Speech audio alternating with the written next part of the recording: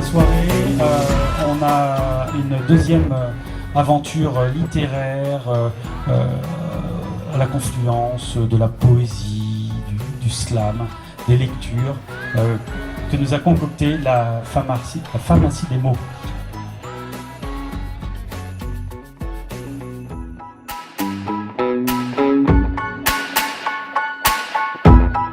Les chaînes oppressantes, lourdes et tenaces, étouffent les voix, réduisant au silence la masse. Pourtant, au cœur de la lutte, l'espoir persiste, une flamme vacillante que le courage assiste. Nous rêvons d'un jour où la grâce de la liberté illuminera nos vies en ce lieu sacré. Car, face à l'adversité, nos âmes s'élèvent, cherchant la lumière, nos cœurs se révèlent. Avec force et résilience, nous nous dressons unis dans la quête de la liberté sans façon.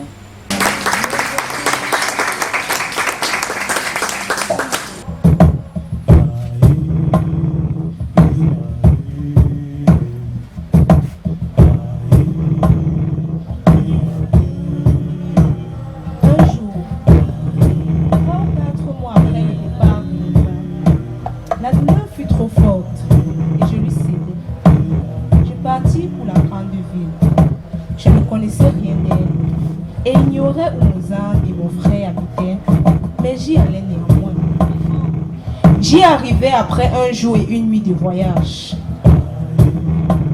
Elle était animée et bruyante. Ce que je sentais autour de moi était une énergie chaotique et généreuse, furieuse et belle, qui pouvait épuiser jusqu'à la mort ou redonner vie à un cadavre. Moyennant une pièce de monnaie, un enfant qui traînait dans la rue accepta de me quitter. Je posai ma main sur son épaule et on commença à marcher.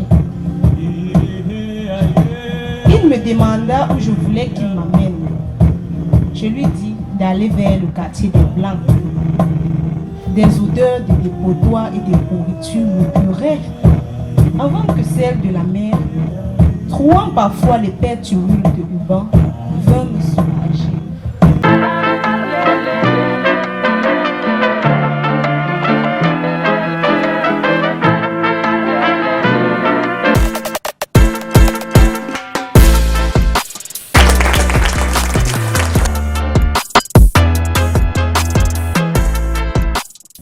Elle se sent seule, à l'abandon du seuil, au seuil d'une vie qu'elle a mal choisie, d'un partenaire qui met sa vie à vil prix.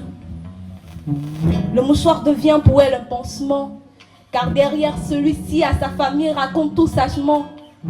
Elle se raconte tendrement que les choses changeront, tel le disait maman naïvement. Coincée derrière ses peurs, elle miroite d'une liberté impossible. Car désormais elle est prise possible. Sans même sa Bible est pris. Elle crie un changement. Malgré ses engagements. Devrait-elle attendre d'avoir faim? Devrait-elle attendre la fin? Devrait-elle attendre d'être coincée dans une boîte de 2 mètres? Devrait-elle attendre la mort de son être? C'est ses pleurs. Oublie c'est l'heure. Il n'y a pas d'heure d'y écouter. Ta voix portera haut, tout haut. Mais il faut que tu dises les choses qui se passent tout bas, plus haut. C'est tes pleurs, oublie c'est l'heure. Il n'y a pas d'heure d'y écouter. Ta voix portera tout haut. Mais il faut que tu dises les choses qui se passent tout bas, plus haut. On m'a entendu que Fan t'es un peu fou, t'es un peu taré. Et je dis quelquefois c'est mieux parce que tous les ennuyés sont un peu trop carrés. On m'a dit, Fan, viens et dis-nous en texte. Fan, viens et dis-nous en texte. Et j'ai dit, ça tombe bien parce que de toutes les manières, quand je suis ici, je suis chez moi, à The Forest.